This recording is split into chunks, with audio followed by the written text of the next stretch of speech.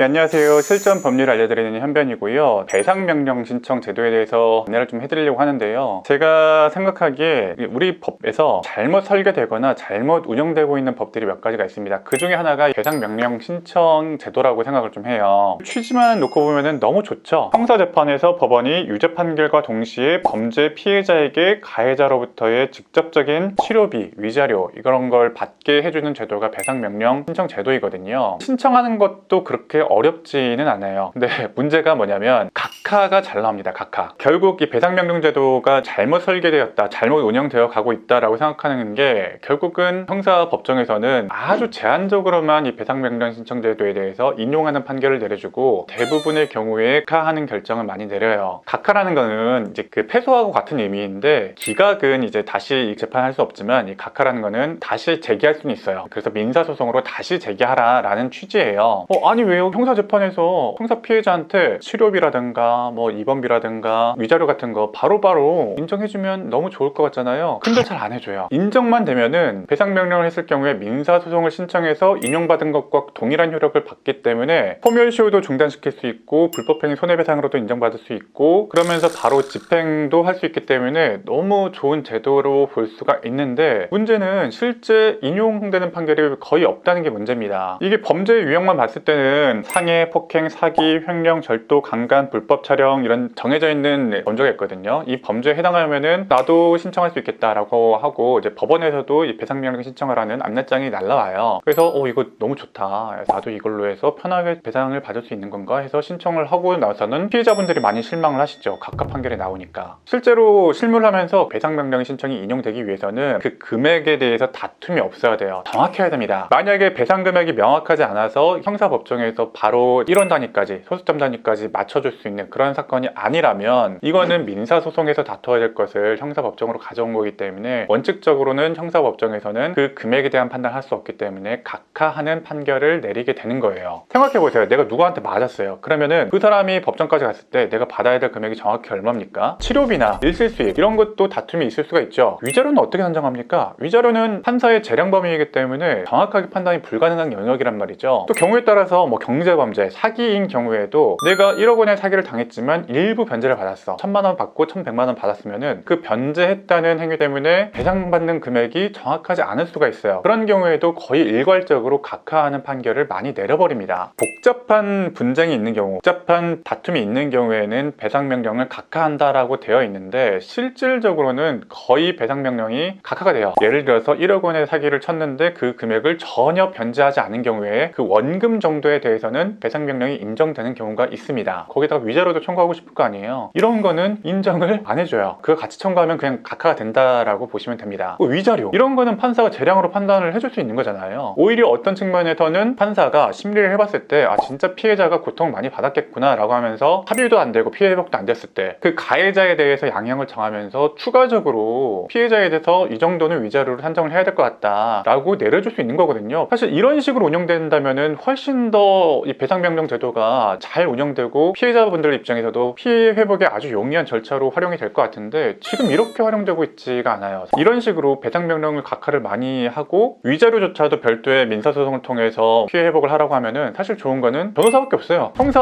피해자분들이 저희한테 오셔서 하는 얘기가 배상명령이 각하됐어요. 어떻게 합니까?